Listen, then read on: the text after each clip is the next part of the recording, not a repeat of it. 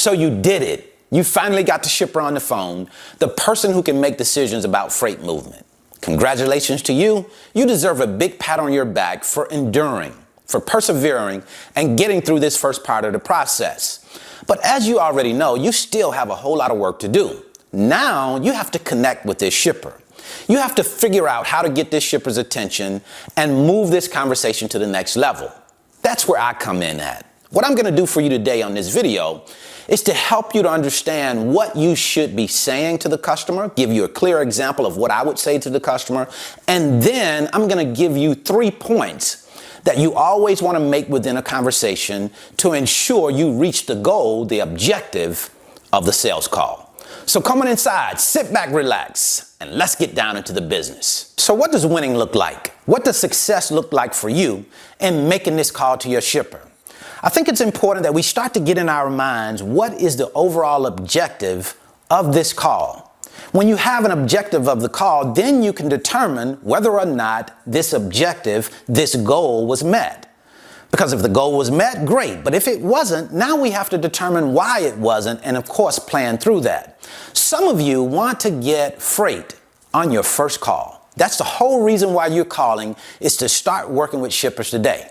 And there's nothing wrong with that, but that's usually not my approach because I understand that for me, it does not often work out that way. Most times, 90% of the time, the customers that I work with are not going to work with me on the first call. It comes after we have talked a few times. So the whole purpose of my first call is to get to another call. I want to schedule another meeting with that shipper so I can discuss an opportunity. Now, I want you to think about your sales calls from the sense that you're meeting a person for the very first time. You're not likely going to go to this person and just start dumping a whole lot of information on them. You're probably going to be more strategic than that. What I often see is that new freight brokers tend to talk excessively about themselves, about their business, and sometimes this takes the conversation to a place that you don't want it to go. You start rambling and talking about things that are irrelevant. So what we want to do is to make sure that we stay on track. So we want to follow a plan. Let's start off talking about how we want to approach this call and the phases that we're going to lay this call out in. Let's talk about phase number 1. The introduction. One of the most important parts of the conversation will be how you introduce yourself and your company to the shipper. This will help the shipper decide whether they're going to keep listening or are they looking now for a place to get off of this call. So I think it's important that we are brief during the introduction. I think people sometimes try and cover too much during the intro phase. They're trying to talk about themselves, the company. They're talking about the size of the company, how much freight that they're moving, what types of freight they're moving, whether you specialize in this or that. That is not necessary in the intro. Now, you can include some of that stuff in other parts of the conversation, but the intro should only focus on who you are, what you do, and the company that you work with. And how I would, do that would be just to say, this is Brandon. I'm a freight broker over at Alliance Logistics. Bam, that's it. That's all that I'm going to cover on the introduction because being a freight broker covers what I do. They understand that. So now I want to move from who I am and what I do to exactly what the reason for this call is, which is what we're going to talk about next. Before we go to the next phase, I want to make sure that you did hear me say, I'm Brandon, a freight broker over at Alliance Logistics. I did not say I'm Brandon, the CEO of Alliance Logistics. I think sometimes we can get too excited to use that term. And you have to understand the situation that you're currently in.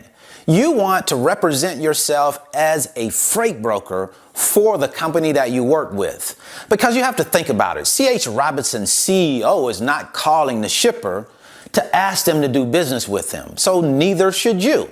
You should probably start off saying you are a freight broker because that's what you are and you're interested in doing business with this shipper. So now that the first phase of the conversation is complete, we've discussed the introduction. Let's move on to the second phase of the conversation and discuss what the reason, the purpose is for this call.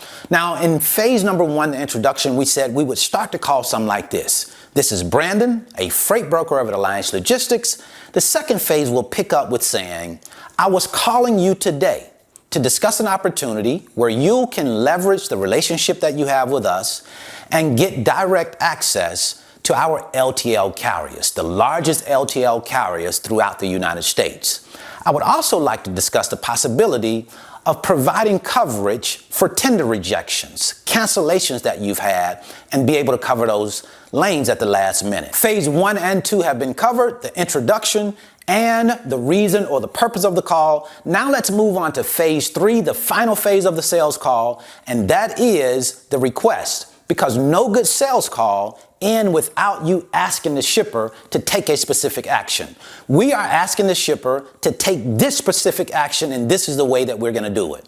We're going to say, what day would work out best for you? Would it be a day this week or a day next week where we can get on your calendar for a 10-minute meeting to discuss some of the things that we have proposed? In my opinion, this is one of the most organized ways to lay out a conversation that you're having with your shippers in a planned way. That way you stay on track, you stay on course, on glide path, and you don't start talking about things that you probably shouldn't be talking about.